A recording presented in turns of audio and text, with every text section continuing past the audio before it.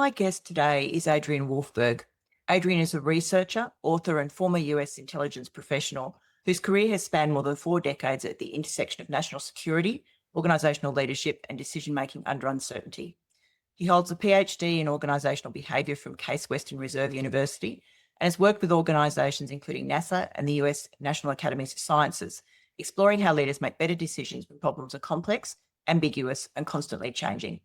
His latest book, Who Leads When AI Thinks, challenges us to rethink leadership in an age where artificial intelligence can generate answers, but human judgment has never been more important. Adrian, welcome to Beyond the Book. Hello. Hey, Adrian, how are you? I'm good, thank you. So let's start just very quickly. What inspired you to write it? Well, I had been exposed to kind of the intersection of AI and human thinking back in 2016. So about 10 years ago, I was doing some research while I was at the US Army War College, and they just began thinking about the intersection of AI and leadership. And it was nothing more than just a beginning interest. So that got me piqued. Then in 2022, I was mentoring some undergrads at Rutgers University who were also interested in the intersection of AI and analytical thinking. They didn't complete the study that they were originally targeted to. And so I went ahead later in that year in 22 and started my own study on how scholars, people in think tanks, academics, policymakers, and practitioners thought about AI in terms of their work, in terms of national security. And at that time, this was right at the bleeding edge of when large language models started to come out, ChatGPT. But, in that study, there was no substantive thought about how AI would kind of be part of the workflow, be part of responsibilities of how to handle it. And then when large language models really started to become quite ubiquitous, say like the end of 23, beginning of 24, that's when I decided that, well, I'm going to look into this more deeply about the role specifically of leadership in the age of AI. So that's the kind of history of how this book came about. And I really like the title, Who Leads When AI Thinks? And I think that's a fascinating question. So there's a lot of anxiety around AI replacing people, and we certainly see that a lot here in Australia. There's a lot of conversation around that. And you're taking a different approach. So what do you think leaders should actually be paying attention to? Yeah, so my approach is different. I'm looking at it from a leadership perspective as opposed to frontline employee or a worker perspective. So I think leaders need to spend less time worrying about the question about what will AI replace or will it replace people? And they need to be focused on a different question, and that's what happens to human judgment when AI becomes the easiest source of an answer. So the real risk that I was investigating was that people are going to end up making fast decisions, whether it's leaders or those in the leader's orbit, without real understanding about what's going on. And I call that apparent understanding as opposed to earned understanding. It's much easier to think you understand. So leaders should be watching where judgment is being weakened, where accountability is being blurred, where people are accepting AI generated clarity that hasn't been earned by humans. So the goal is to be deliberate about where human judgment, interpretation, and responsibility still matter.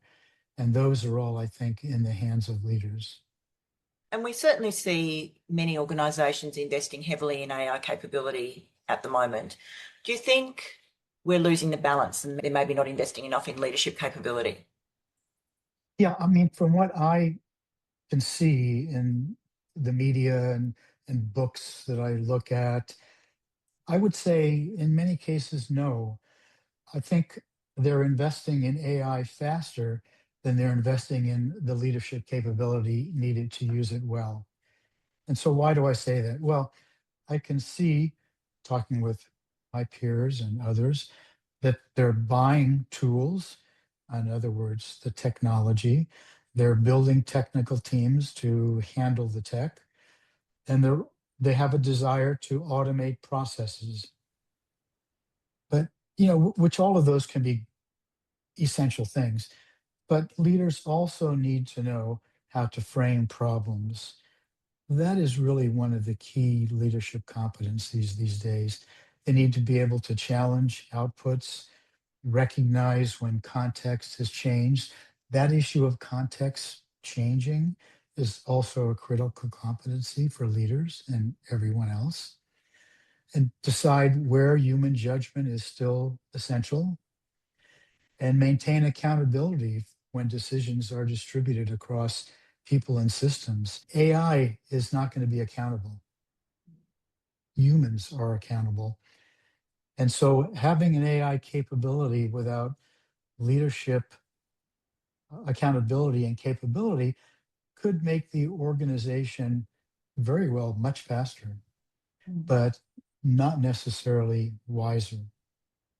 So they need to develop, both. They need to invest in leadership and in AI together. And I really like what you said there, that it will become faster, not wiser.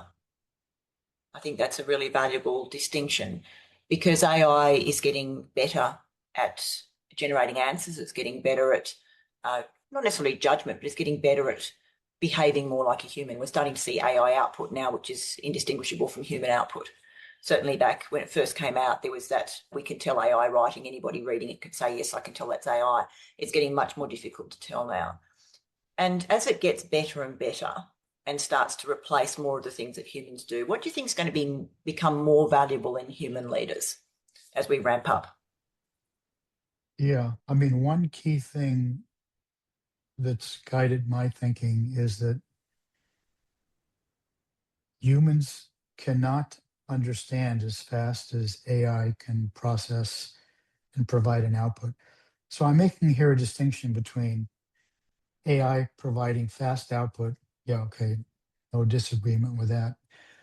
But I think it's important to recognize that humans just cannot understand and process that output as quickly, nowhere near as quickly as tech can generate and process information.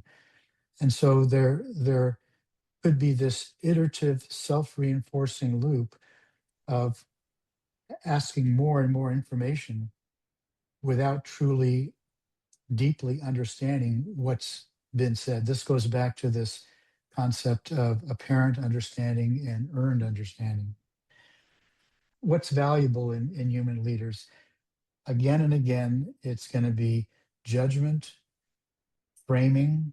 So, framing is what's the nature of the problem?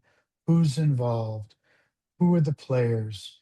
What's the agendas? What's the politics? Who needs to be there? Who needs not to be there? Um, many, many questions. And then, of course, responsibility, because AI is not going to be responsible for anything. The first thing is, well, what is the problem? You have to figure out really, deeply thinking about what's the problem. And that requires asking all the things that matter related to this problem. So asking questions becomes a deep competency as well. The issue of context is critically important. I don't know if AI will ever have the same understanding of the human dimensions of context in the social, political, psychological realm, because AI That's my opinion. But the issue of context is critically important.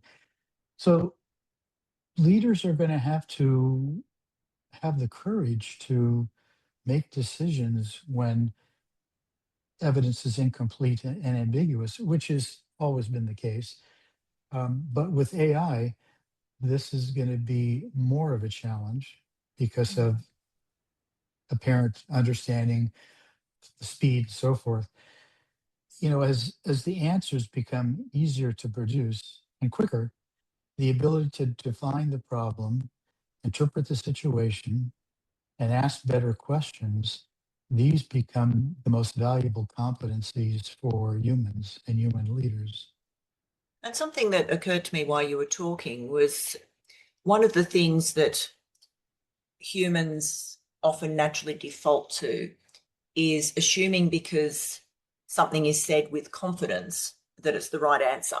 And that's something AI does all the time, is it's very sure about what it says. And I think there's a big judgment piece in there. It's almost like an override of our natural tendencies to go, it sounds right, it sounds confident, therefore it must be right, and pull that apart and go, actually, what's really happening here? And we certainly know that when we look at organisations and leaders. We look at, for example, why sometimes people get promoted, and it's often people are being promoted because of the fact they look and appear and sound confident and very sure about their own judgment. And I think that's a trap that we might fall into as humans. Absolutely. And well, as a trap we fall in as humans interacting with AI. There's another important dimension, Roz, in addition to the things that you said, that are kind of attractors in a kind of a negative way. Well, sometimes it's a double-edged sword with confidence in an organization. And another one has a much broader impact, not only in organizations, but in society as well, that even further heightens the challenges in interacting with AI. And that is, there's this perceived value by some leaders, and I think it's quite common, that not only is confidence something that would benefit themselves for the reasons that you said, like promotion and so forth, visibility, but confidence is also an attractor.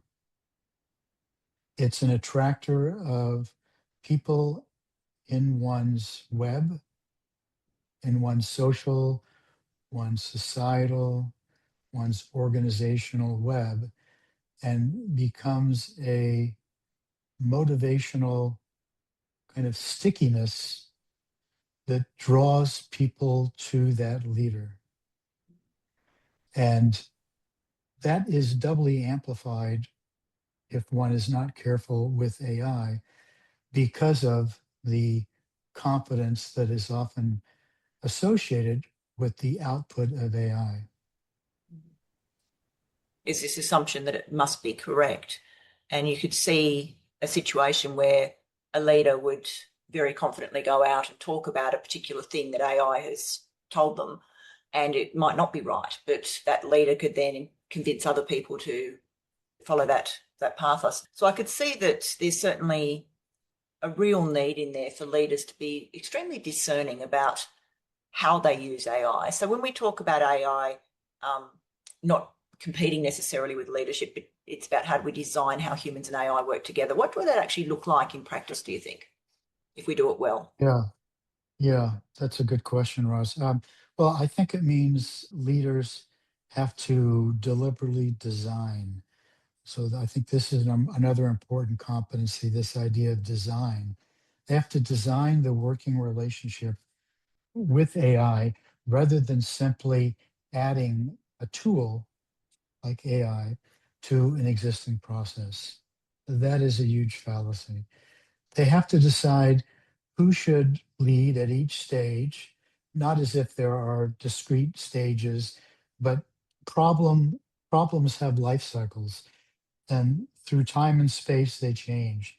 And at each of these changes, the leader has to decide where the primary and secondary roles are for humans and AI, which a lot of the book goes into frameworks for how to do that. For example, AI, we know, is pretty good, is better at scanning large amounts of information and identifying typically more patterns than humans can, generate options, and even test scenarios. But humans are the ones who have to lead when the problem is ambiguous, when the context is changing, which it always is, when values are in context, which is quite common with complex issues, and where consequences require accountability, which is true for anything except for very simple problems. Accountability is always going to be there. It also means that because we now have, we are now in a relationship between human thought and machine thought. What I mean by in a relationship, there's an interaction, and this interaction means there's transferring back and forth of roles and responsibilities. So these transfers, these handoffs, are another leadership competency that has to be developed to understand how to do these handoffs. It's something new because we've never had in the history of human existence a shared consciousness, so to speak, between machine and human. Leaders need to decide when people should question AI and so forth, and when to rely and when responsibility matters and so forth. So human AI relationships has got to be thought of as a collaboration. It's about placing where humans and machine intelligence, where they each contribute most, the best, and keeping the leadership responsibility clear of figuring that out.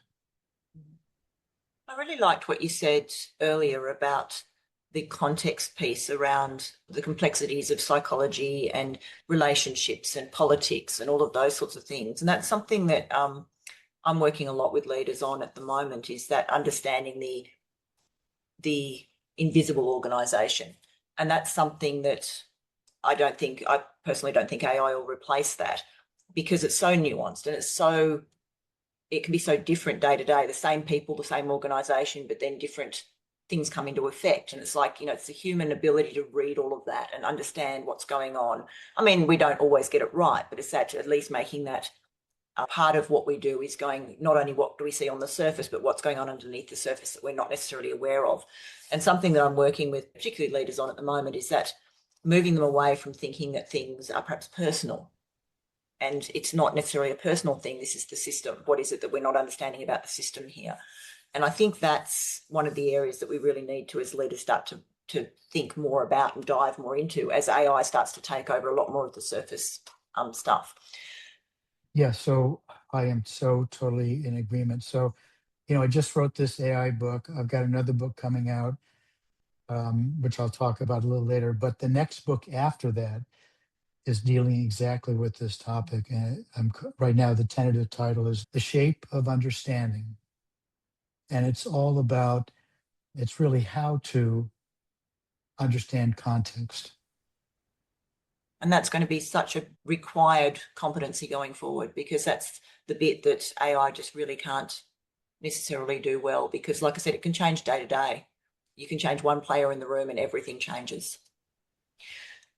So one of the ideas I kept coming back to is this distinction between intelligence and judgment. How do you explain the difference? Yeah, it's a good question, Ross. I think of intelligence as the ability to generate and analyze and connect information.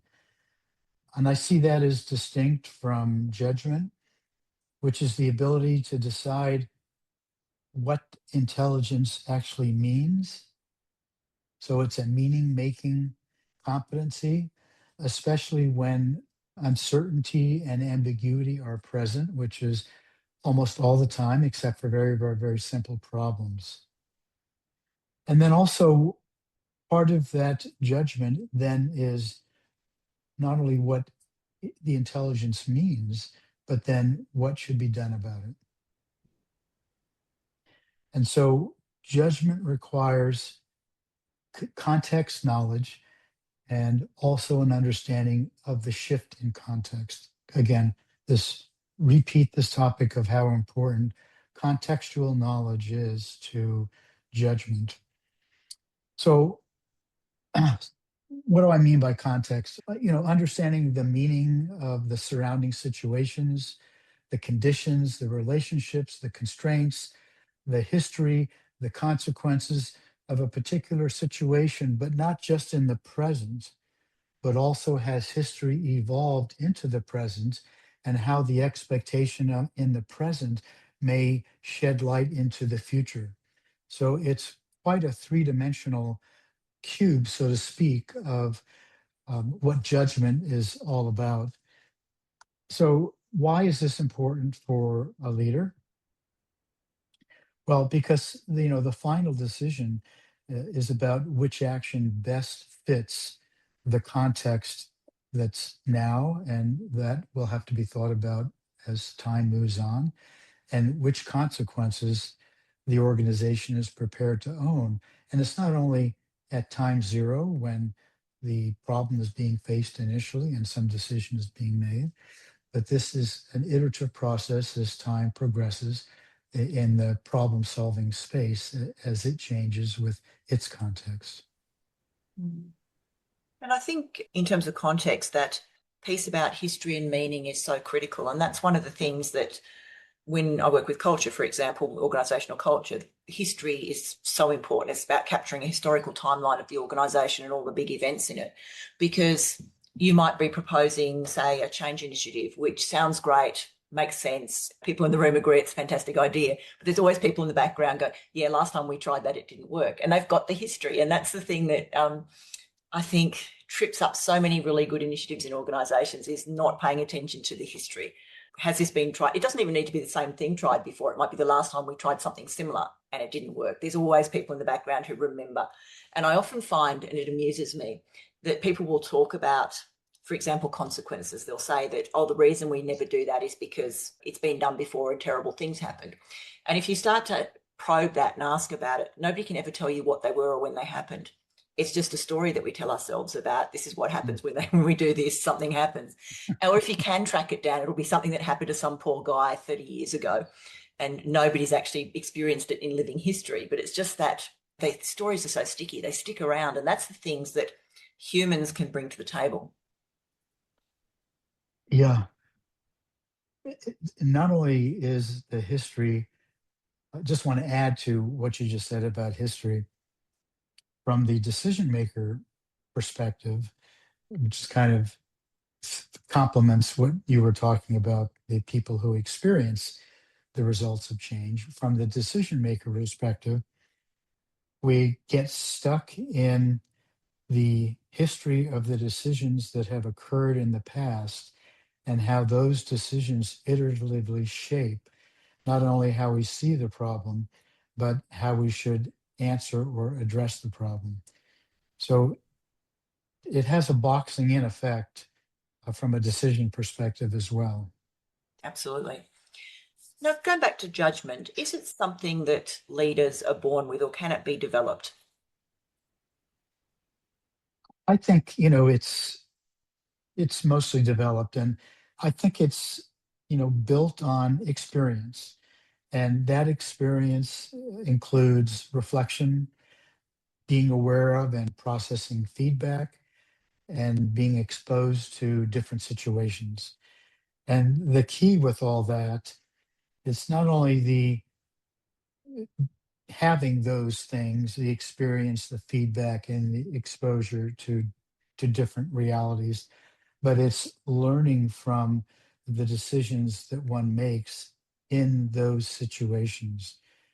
So how do we do that? We develop judgment when we examine what we noticed and what we missed, and what assumptions shaped our thinking, and how the context affected the outcome. So maybe there's some kind of born with kind of instinct that may help us along the way. But I think it's mostly something that's developed through this experience and through this learning, and even understanding how we learn.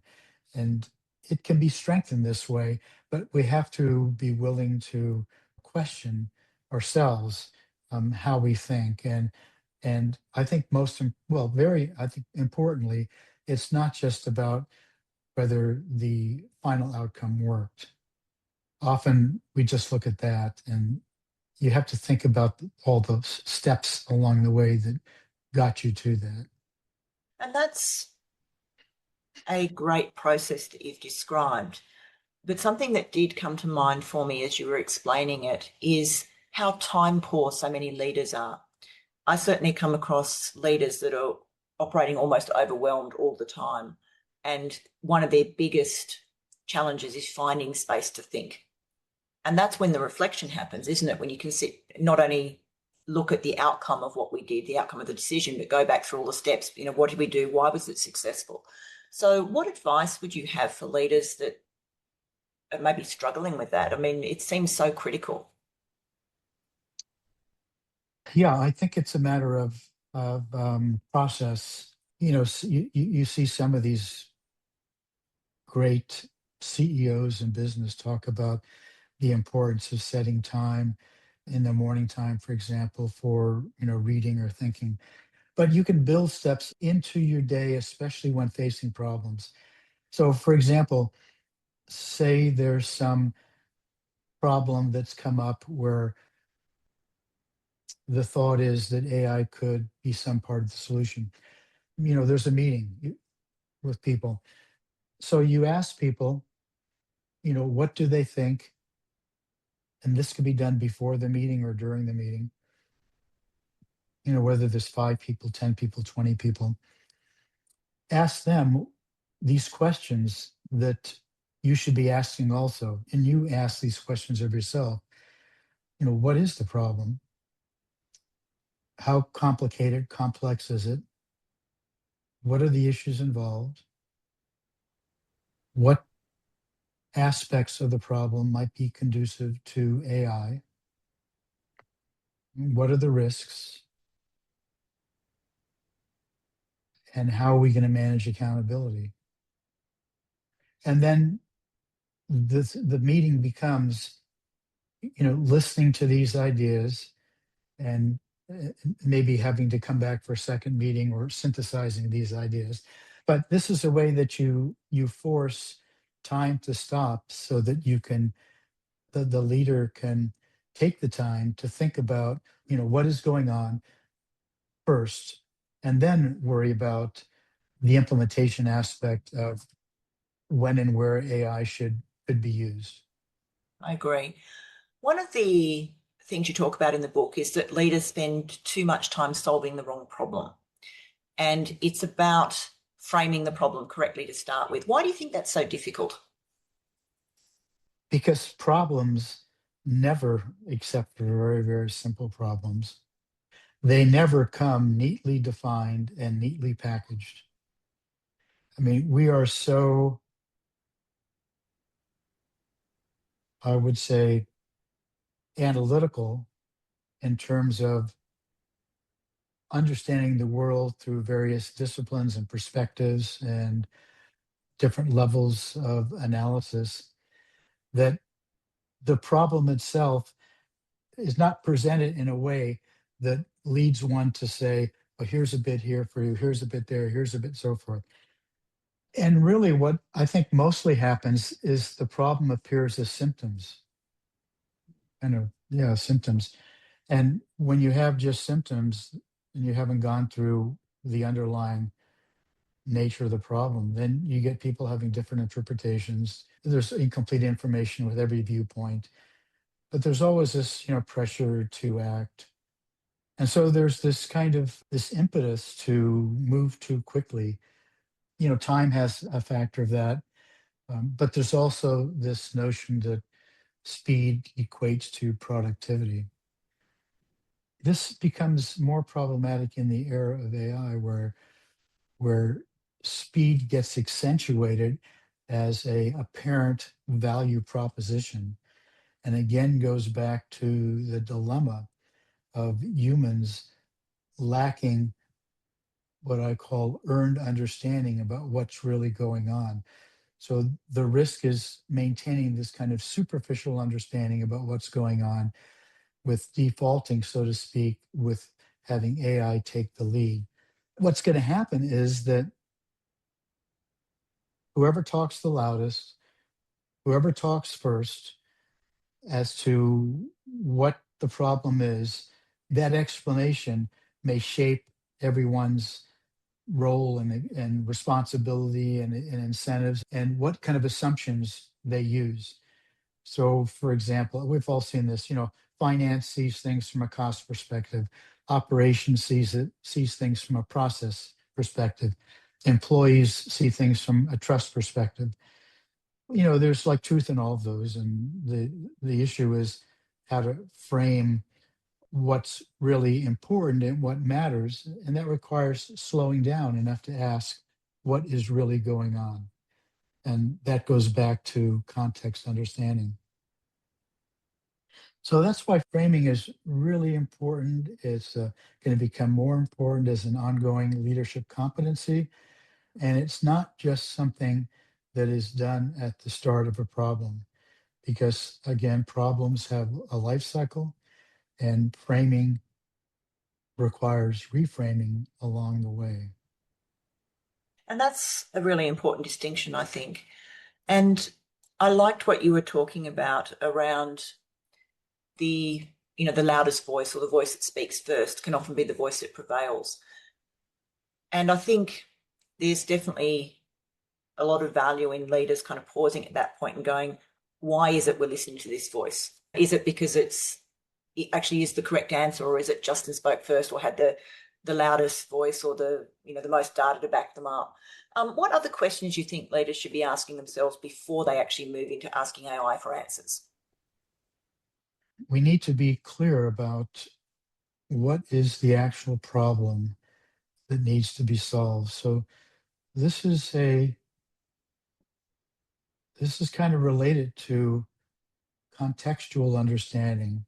So a problem, the full scope, the full kind of dimensionality of the problem has to be thought about. So going back to the example where finance looks at things one way, operations another way, manufacturing in another way, marketing in another way. Getting to, and my book goes into how to figure out what is the nature of the problem that you're trying to solve. Asking questions about, what assumptions are built into how we're thinking about this, and what deficiencies AI may have, what decisions may, or what problems where AI and humans are needed, where human judgment is needed, and what the risks are from the wrong answer or an incomplete answer, and who will be accountable. These are really tough questions because, again, we're sharing this consciousness with a machine. This is, I know I'm repeating myself, this never happened in the history of human existence. And we haven't exercised this competency before. We haven't developed it, put it frankly. And once it's developed, it has to be exercised. So anyway, that's what leaders need to ask. Yeah. Get to the bottom of, are we actually answering the right question? Now, the world is getting much more complex, and certainly if we think back on our careers, I mean, I can sort of go back, 40 years now, and I don't think we've ever seen such a complex world as we are experiencing at the moment. And it's no doubt going to get more complex as we move forward. So how do you think leaders can avoid becoming overwhelmed when you are dealing with a lot of complexity, and in a world where things seem interconnected? AI has the ability to connect things. And in a lot of ways, that's going to probably, as well as simplify things for people, it's also going to increase the level of complexity for the number of things we have to consider. How do you think leaders can manage that? Well, I do talk about that directly in the book, but I'll just kind of summarize it here. The first thing is don't try to solve the problem all at once. The first step is to, what we've already discussed, is to understand kind of the dimensionality of the problem, the full description of the problem. Once you've created that, synthetic understanding of the problem, then you have to decompose the problem into manageable parts. But you have to do that without losing sight of this synthetic whole that you've already established as to kind of the complete picture of the problem. Because we as humans, we're kind of limited in our ability to see everything. So we need to dissect things into manageable parts. So that really requires an understanding of boundaries, what what falls within and what falls without knowledge boundaries, organizational boundaries, societal boundaries, because you have to kind of figure out who's going to be responsible for action and where consequences are, especially when AI is involved. So after you do this decomposition of the problem, you've next got to figure out, what do I have to pay attention to now? What decisions must be made? What can wait? What relationships are the most important? And what can kind of sit in the background for a while? So the goal is not to have like 100% understanding of everything that's going on, but the goal is to understand enough of a sufficient amount of the context to make a sound decision, and then reassess this continual reassessment of context as the problem space changes. Let's talk now about the human advantage. So there are obviously going to be some unique human capabilities that AI is not likely to replace. What do you think those are from your perspective? Some of them we've talked about: judgment, empathy, what we haven't talked about, moral responsibility is another one. And we talked about the ability to make sense of context. I think those are four very important ones, just thinking right off the top of my head. AI doesn't, I don't know if it ever will, experience the human consequences of a decision. It doesn't carry responsibility. I don't see how that could happen in the foreseeable future. And I don't think they can understand people the way humans understand people, or fully grasping the meaning of relationships, history, the span of context, and the values within a situation. And all of these things that I just said, as time moves on within the problem space, the contextual space. Humans are able to recognize when we frame something incorrectly, when a technically correct answer may not be socially or ethically acceptable. We're able to understand that.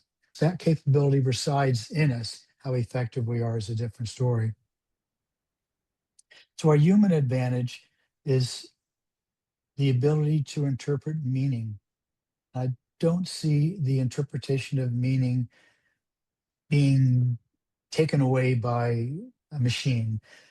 Only we can assess values, especially competing values, and exercise judgment under uncertainty and ambiguity conditions. And, just being accountable for what happens.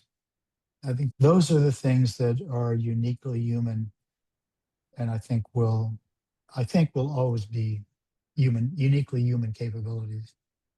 Let's talk about empathy for a moment. And one of the things that is starting to come out, certainly in some of the reading that I'm doing, is around AI being able to mimic empathy. And it certainly seems to be getting better at pretending to be empathetic. I mean, we know it never actually will be, but how do you see that playing out? Do you think empathy is going to become more important or less important as AI becomes more capable at that sort of mimicry of empathy?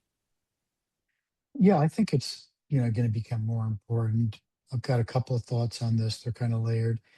AI, is going to become better at analyzing information and generating recommendations, and will need to pay more attention as to how the decisions affect people, which those recommendations are going to affect.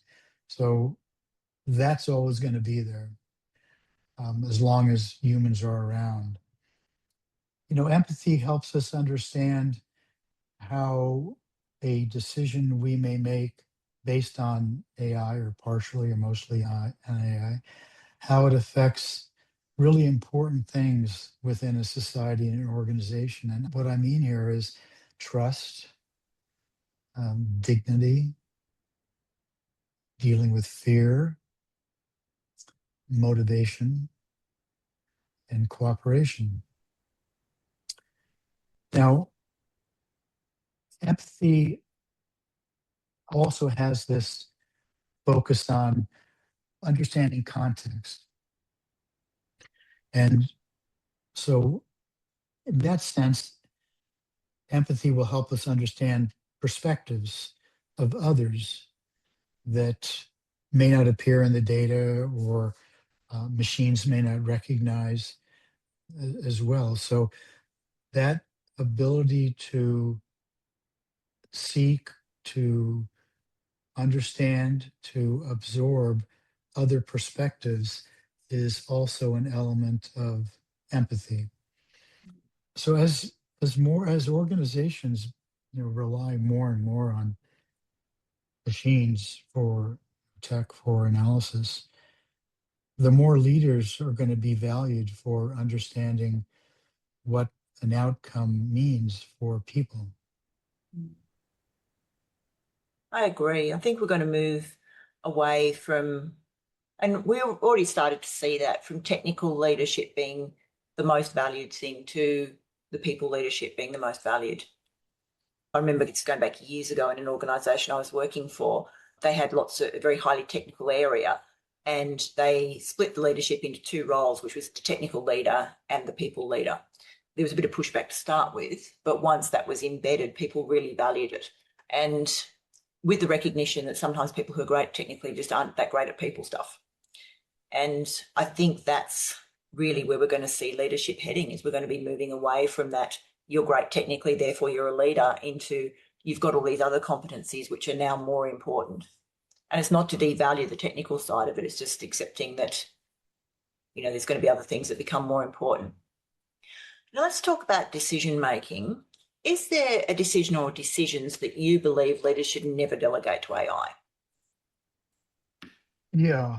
So we've talked about some of these unique human capabilities, and we think about those as the capabilities that AI shouldn't take a role in leading. So moral judgment, understanding the human consequences of things, figuring out who should be accountable. Certainly AI can be a support in these kinds of activities, analyzing data and all the stuff that AI can do that we've talked about. But when it comes to affecting people's lives, their safety, their opportunity, their livelihood, their rights, those things should not be delegated, I argue. Because I think and I don't talk about this in the book, and I tend to be just neutral in the book as far as not, I'm not pro or anti AI, but I think it is incumbent upon the leader to maintain these human qualities in how we operate as a society and an organization. Because if we delegate the wrong things, if we delegate moral responsibility to a machine, I think that's a bad path to go, and it could have, again, faster activity, but a very unwise future. So let's talk about leaders again. Where do you think AI can help people become better leaders? How could they practically use it?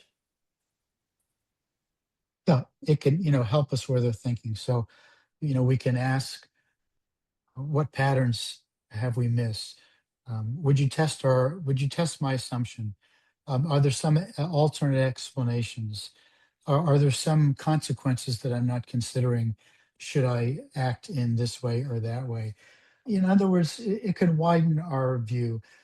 So I kind of think about that as a partner, as a thinking partner. It's like having like a mentor or something, a thinking partner. I'm not sure what the right words are. Can be also used like to help challenge us. It can help us avoid being trapped in kind of a first take of a problem or a situation and so forth. And it can help us slow down. So I know that may sound counterintuitive because there is this pressure to act fast. But again, there's this issue of speed, AI speed, not being aligned with human speed. It is just not possible. So, humans, we have to slow down, at least on the front end and at every transition point. Again, this goes back to we're entering a different era that we've never had before. This joint consciousness of humans and machine, we're not operating at the same speed with the same breadth of understanding and so forth. There's this inequality with respect to speed that is leadership. We have to develop leadership so that they understand that slowing down at the right time is going to be a critical success factor for problem solving and decision making. I don't know how to, stomp my foot more clearly than saying it that way. Yeah, I really like that idea of slowing down at the right time. It's that the judgment to know when to do that. If someone's listening today and they've got, say, a team of 20 people, what would perhaps be one thing they should start doing differently when they turn up at work tomorrow? It's a really good question. A leader could issue a policy that takes effect on the next day or on Monday that says, let's hear everyone's view about what they think is going on in relationship to this problem. What is it that we're trying to solve? What do you think is going on? What's the context? What assumptions are we making? What are we unsure about? So actually have people answer those questions. Then bring up, should AI and where AI should be involved in the conversation to challenge or expand or refine our thinking. So that keeps humans in an active role. It stops us from being passive recipients of the machine output. And it protects critical thinking. This goes to also smartphone usage and the amount of research that has been done on large language models since the end of 2022, mostly on university students, but also young adults, and now any adults in the workplace. Over dependence is like smartphone usage. It becomes addictive. That's just my word. It's not a scholarly word in that sense, but it just everybody knows, the challenges with now having smartphones at our fingertips.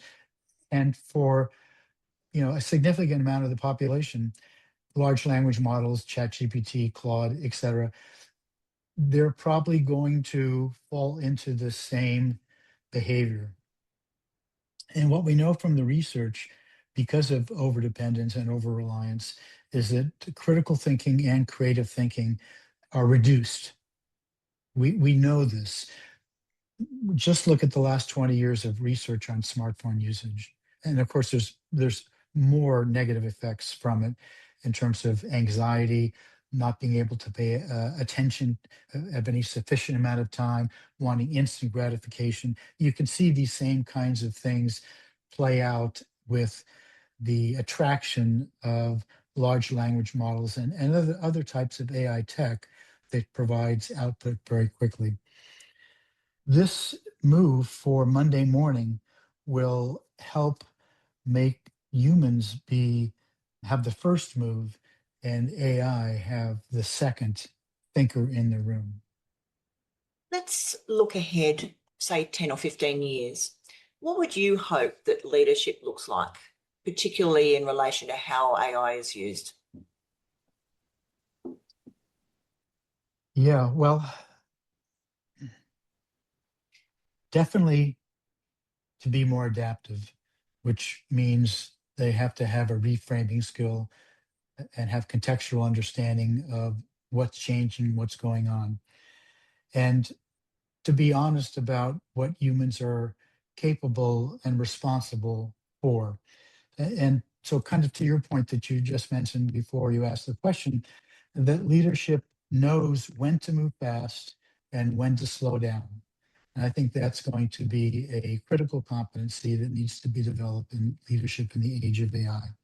It goes to understanding context, judgment, listening, reframing, and so forth. And so I hope that, leadership becomes less concerned with having all the answers and more about creating the conditions where earned understanding can emerge. In an AI enabled world, leaders will have access to so much more information, so much more analysis, so many more recommendations than ever before. But like with speed, it doesn't automatically create wisdom. And wisdom still requires context, humility, moral responsibility, and the courage to ask and to continue asking, are we solving the right problem? So I hope leaders are the ones who are deeply human. They're curious, they're reflective, empathetic, and are able to adapt as reality changes. If every leader remembered just one idea from your book, what would you hope that would be? Yeah, that's a tough question. So here's, I think, what the core idea I hope that they walk away with. Okay, AI is going to change how thinking gets done. We've talked a lot about that, this kind of shared consciousness, how we decide when and where and what kind of combination. But it doesn't remove human responsibility for judgment. That is always going to be there. So that would be my message that I hope they walk away with. That's all we have time for today. So, Adrian, thank you very much for your time. For those people listening, we'll include Adrian's contact details in the show notes, along with a link to purchase the book, Who Leads When AI Thinks. Thank you. Thank you so much, Roz, for inviting me to this. I really appreciate it.